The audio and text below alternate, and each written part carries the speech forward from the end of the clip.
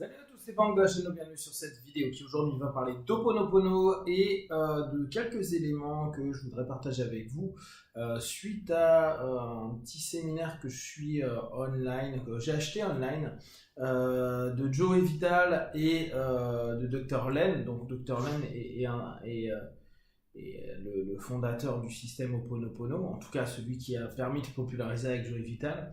Et si vous pouvez trouver la formation, elle est en anglais, elle est sympa parce que pour, je sais pas, 50$, on a presque 4-5 heures de cours et pas mal de bonus. Bon, les bonus après sont pas forcément hyper intéressants. Quoique il y a un ensemble de vidéos que j'ai pas encore vues sur Vimeo, où je crois encore que c'est un autre séminaire qu'ils ont fait. Donc là, c'est pas que sur Ho'oponopono, c'est sur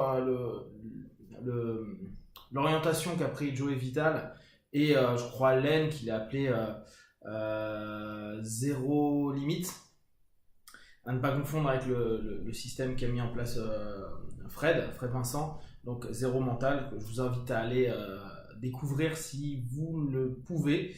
Zéro mental, il a fait un énorme boulot de retour vers soi et de mise à distance des pensées pour avoir une orientation d'élévation, si on peut dire, de soi-même. Donc là, ce qui m'intéresse en suivant la notion de Vital Hélène, c'est que nous, on est plus ou moins rentré dans le Ho'oponopono il y a quoi, il y a moins de 10 ans, je pense. Il y a 5-6 ans. Avant, on en parlait très très peu, à tel point que moi j'ai été à Hawaï en 2007 et outre le fait que j'étais en train de tourner sur d'autres disciplines, je m'intéressais un petit peu à ce qui se passait dans l'île, justement au niveau énergétique et autres, et on ne m'a pas parlé du tout d'Ho'oponopono. Donc ça existe certainement depuis plein de temps, etc. Après, toutes les histoires qu'il peut y avoir autour d'un système, je fais toujours attention, et je pense qu'on devrait tous toujours prendre les histoires avec un petit peu de recul. On ne sait pas trop, en tout cas ça s'est énormément popularisé ces dernières années et je pense que c'est tant mieux. Pour les personnes qui ne connaissent pas nécessairement Ho'oponopono, c'est un système qui utilise une forme de mantra pour nettoyer nos mémoires. Donc en gros, nous ne sommes pas nos mémoires et pour autant, on est constamment en train de rejouer des éléments de nos mémoires et nos peurs, nos stress, etc. En somme, si on reprend d'un point de vue plus hypnotique, on veut dire que les mémoires à long terme qui se trouvent dans le subconscient, plus les patterns qu'on a développés de par ces mémoires à long terme, dissonants ou pas d'ailleurs, sont des éléments qui ne représentent pas qui nous sommes fondamentalement.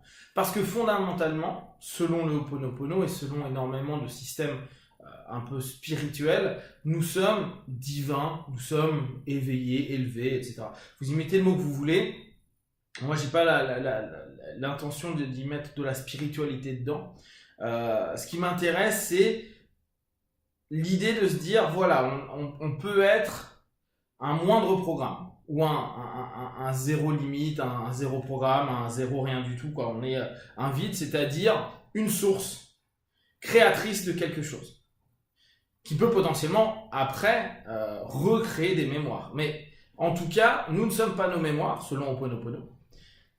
Et vous allez voir que par rapport à nous, notre façon de cogiter, notre façon de je pense donc je suis, donc je pense et l'ensemble de mes pensées, outre le conscient, c'est l'ensemble des expériences que j'ai pu cumuler qui me font avoir un raisonnement à un moment donné. On sait que le conscient, c'est le rationnel, le logique, mais c'est nourri par quoi? Par le subconscient. Si on reprend la cartographie de l'esprit basique que je prends régulièrement, conscient, subconscient, inconscient. Donc, on est dans je pense donc je suis, alors que eux ils vont dire bah non, tu n'es pas parce que tu penses et tu es encore moins parce que tu as une expérience et parce que tu as des mémoires. Donc, l'idée du Ho'oponopono, c'est au travers d'un mantra de 4 phrases qui ont vraiment un sens, de les répéter pour nettoyer ces mémoires. Et donc, nettoyer qui nous sommes. Et donc, retourner vers une forme de source de nous-mêmes pour se sentir mieux, être bien, etc., etc. Donc les 4 phrases, elles sont connues. Je vous avais déjà fait une vidéo, je pense que je mettrai en titre HNO Ho'oponopono, parce que je crois que j'en avais fait une ou deux il y a quelques années, où je vous donnais un petit peu ma vision et ma manière de travailler le Ho'oponopono. Et comme ça, on va faire une petite série avec ces vidéos. Donc c'est je suis désolé, pardonne-moi, je t'aime, merci. Et en somme, je répète continuellement, je fais un pattern de ces mots-là, de ces phrases-là, pour avoir un nettoyage de mes mémoires. Ce que Len met en avant dans ce petit séminaire, il dit voilà, c'est vous et seulement vous qui pouvez le faire. Et il y a des choses que personne d'autre que vous ne pourront effacer. Donc n'attendez pas à ce que ce soit un thérapeute, un praticien, blablabla, qui vous l'efface. Donc c'est intéressant pour nous, hypno.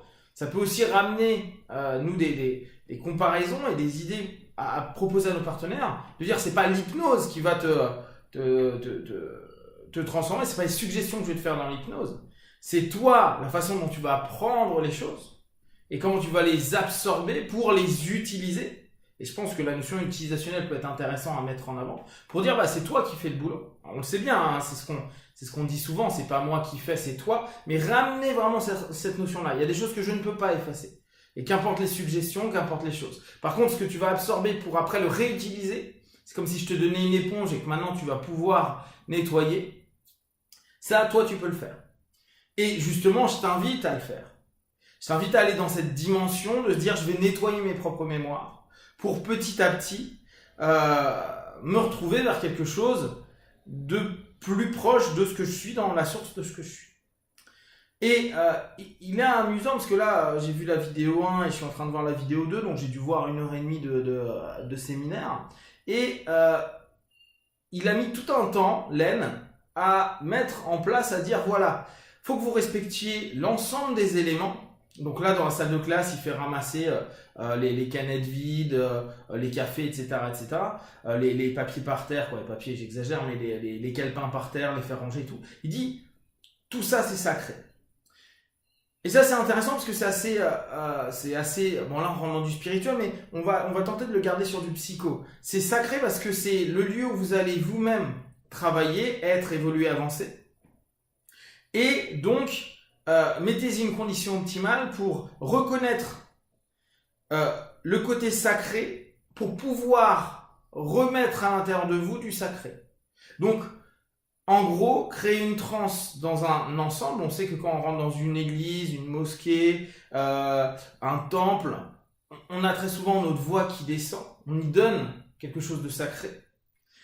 Et ça nous permet une introspection, ça nous permet de redonner aussi une dimension sacrée à la direction, à l'orientation qu'on est en train de mettre en place. Ce qui est intéressant pour nous en tant que praticiens, qu'apporte votre psychopratique, dans cette dimension de se dire, mon cabinet est sacré. En tout cas, le cadre que je vais créer, peut-être que votre cabinet n'est pas en tant que tel pour X ou Y raison et ça n'a pas d'importance, mais vous pouvez y mettre une dimension sacrée.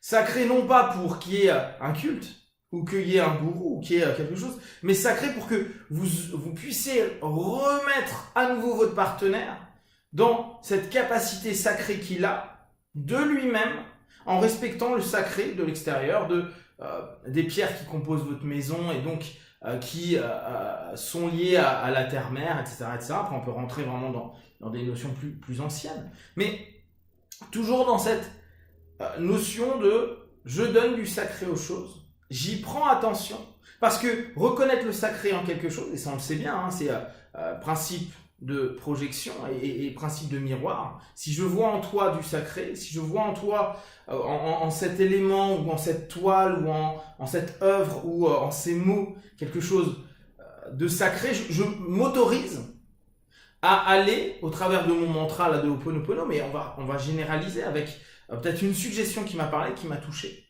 Je m'autorise à vivre ce sacré en moi et à le développer, à le faire avancer, à le faire grandir, et à grandir, me développer, etc. avec tout ça.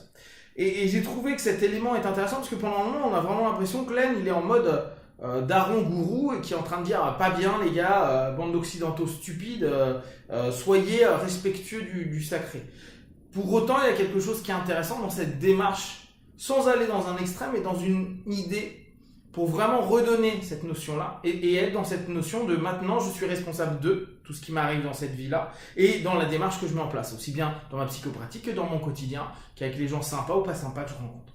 Donc, simplement, cette petite ouverture que je trouve vraiment intéressante. Et puis, pensez, si vous aimez bien ces phrases-là, je suis désolé, pardonne-moi, je t'aime, merci. Si vous avez des questions et des remarques, vous partagez sur Facebook, YouTube, j'y répondrai le plus rapidement possible.